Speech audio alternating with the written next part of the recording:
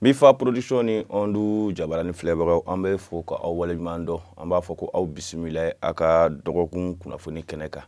i n'a fɔ an bɛ deli k'a fɔ sanga a n'a ka wagati dɔgɔkun kunnafoni ye jamukan min ni a bɛ kunnafoni bɛɛ lajɛlen fara ɲɔgɔn kan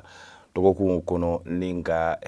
u bamayɛlɛma an ka to dun ka cɛɲi la o de hukumu kɔnɔna la kunnafoni caman bɛ an bolo kɔrɔ nka kunnafoni kunfɔlɔ an bɛna daminɛ ni an yɛrɛ fɛ yan fasoba Mali ka yira la k'a fɔ k'an ka hôpital min bɛ hôpital di Kati an b'a yira la k'a fɔ ko ale kɔni classera ɲinan san 2021 san kɔnɔna la k'a fɔ ko a kɛra dɔgɔtɔrɔso min ni a bɛ jate dɔgɔtɔrɔso baw fɛ k'o ma sɔrɔ fɛn wɛrɛ fɛ a baarakɛminɛnw ani baarakɛlaw yɛrɛ ka kɛwalew la o de hukumu kɔnɔna la an ka Kati hôpital a kɔni classelen filɛ ni k'a fɔ ko hôpital ba de don sisan diɲɛ kɔnɔ k'a fɔ ko banabagatɔ fasuguya bɛɛ lajɛlen bɛ se ka furakɛ yen ka sabu kɛ a ka minɛnw kɛcogo minɛn minnu bɛ a kɔnɔna la halisa an bɛ to kunnafoni kɔnɔna la an bɛ taa Segu 2e arrondissement banbaci wale dɔw kun taara ni ka olu sɛgɛrɛ an b'a yira u la k'a fɔ ko banbaci wale a kɛra marisi kalo tile 14 nɛgɛ kanɲɛ 21 sanga 40 nka an b'a yira u la k'a fɔ k'an ka finitigilakaw olu ka cɛsiri sera ka bonya a ko la kosɛbɛ o de hukumu kɔnɔna la u sera ni ka dankari kɛ an ka nin banbaci ninnu ma kelen na nka an ka finitigilakaw fan fɛ maa 2 ɲɔgɔnna bɔɲɔgɔnko o bana la an bɛ jɛ ka dugawu kɛ ko Ala ka olu nɔgɔya wa u bololaminɛ minnu bɛ caman fana tiɲɛna o la Open Aid Mali kɔni ye joueur dɔ ye joueur min tiɲɛ yɛrɛ la ni a ye kɔkani kale kɛ a ka maaw la ka sabu kɛ a kɔni kun kɛlen don Open Aid Mali kun kɛlen don k'a ka siège dayɛlɛ Amdalaye ACI la a kɔni de kun ye jouer min ni i ye a bila i ka jouer dɔ bɛ fara i ka wari kan o de hukumu kɔnɔna la sibirido u ye u ka client u ka fidèle client u filɛ ni ka olu labɔ a kalama k'a fɔ ko sibiri ka fara kari ka ko promo baden bɛ o de kɔni hukumu kɛlen a kɛra fatɔ jago bɛ fatɔ k'u laluma bɛ ka a yaala bɛɛ lajɛlen de bolilen filɛ ni ka taa u ka wariw bila u ma ɲɛ mun kɔ ja nɛgɛ kanɲɛ 3 wagati sibiri nɛgɛ kanɲɛ 3 wagati ka se kari ma u filɛ ni k'u ka kosow n'u ka kasaw bɛɛ lajɛlen cɛ o tuma kari don maaw y'u sigi ni ka u ka buruburuw ma kɔnɔ nka opération mana lancer cogo cogo a bɛ fɔ ko réseau de maɲi o kɔni o de hukumu kɔnɔna la ja ni ma kofɔlen ninnu filɛ ni ka kɔkani kale de kɛ u ka clientw na ka u ka kosow n'u ka kasaw bɛɛ lajɛlen cɛ ni ka u yɛrɛ ɲini o de la fasirikɛla kɔni ko a b'a yira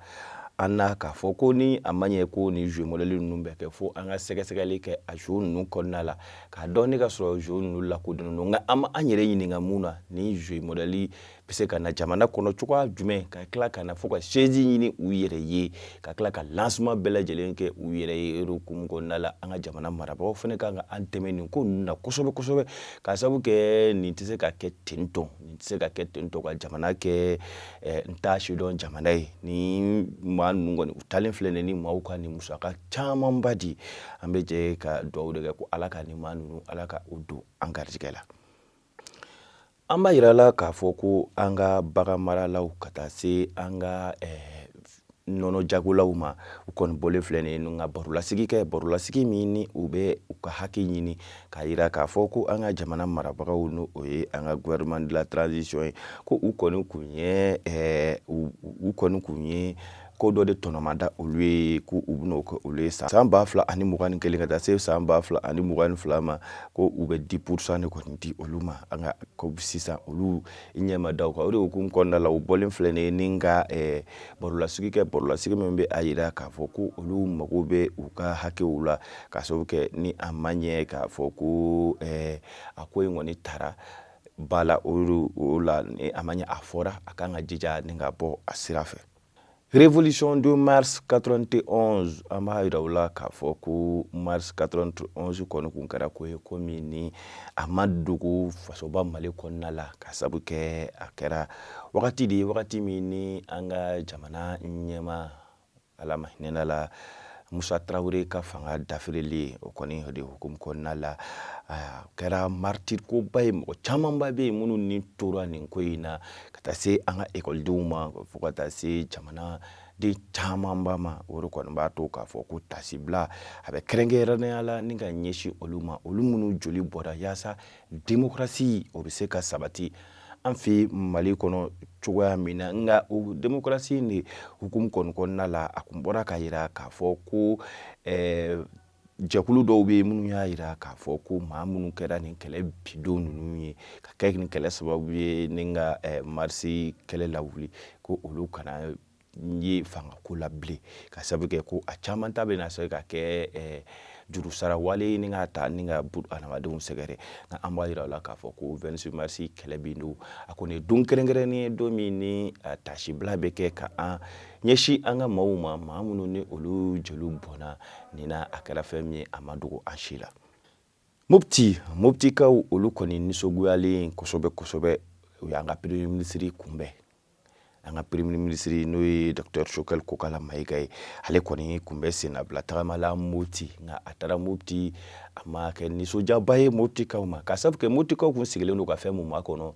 ale taara bɔ ni kuma wɛrɛ ye kuma min ni olu n'o tɛ ɲɔgɔn ɲɛ sira la misali la an Moptikaw an kɔni kun sigilen don ka an ka kuranko o n'an ka jiko de kɛlɛ kɛ ka sababu kɛ Mopti yɛrɛ jamana la i b'a jateminɛ ni kuran nana sisan a bɛ heure 3 dɔrɔn de kɛ journée kɔnɔ o ye kuranko bannen n'o wagati kɛra ale ta wagati ye o de kɔni na a bɛ an Moptikaw hakili la k'a fɔ ko a bɛna na kuma yaasa an ka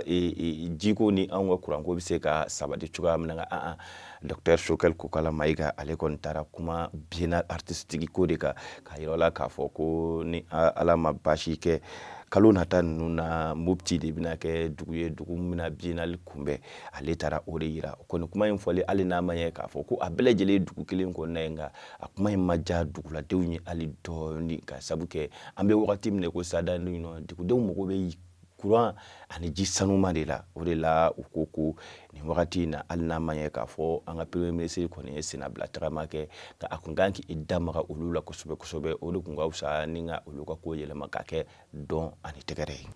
an b'a yira la k'a fɔ ko MINUSMA ni ale kun bɔra ni ka kuma droit de l'homme kan an ka jamana marabagaw u yɛrɛ fɛnɛ bɔra ni ka u fɛla yira k'a fɔ ko tiɲɛ yɛrɛ la ko caman bɛ fɔ ko ninnu kɔnɔna la ani olu kow ka jan ɲɔgɔn na ka sabu kɛ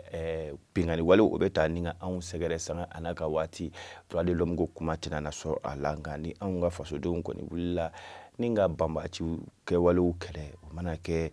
kuma caman bɛ sɔrɔ k'a fɔ a ko ni an y'a ta k'a lajɛ violation Aden a yɛrɛ kɛra nin violation in kɛra mɔgɔ 347 wagati o de la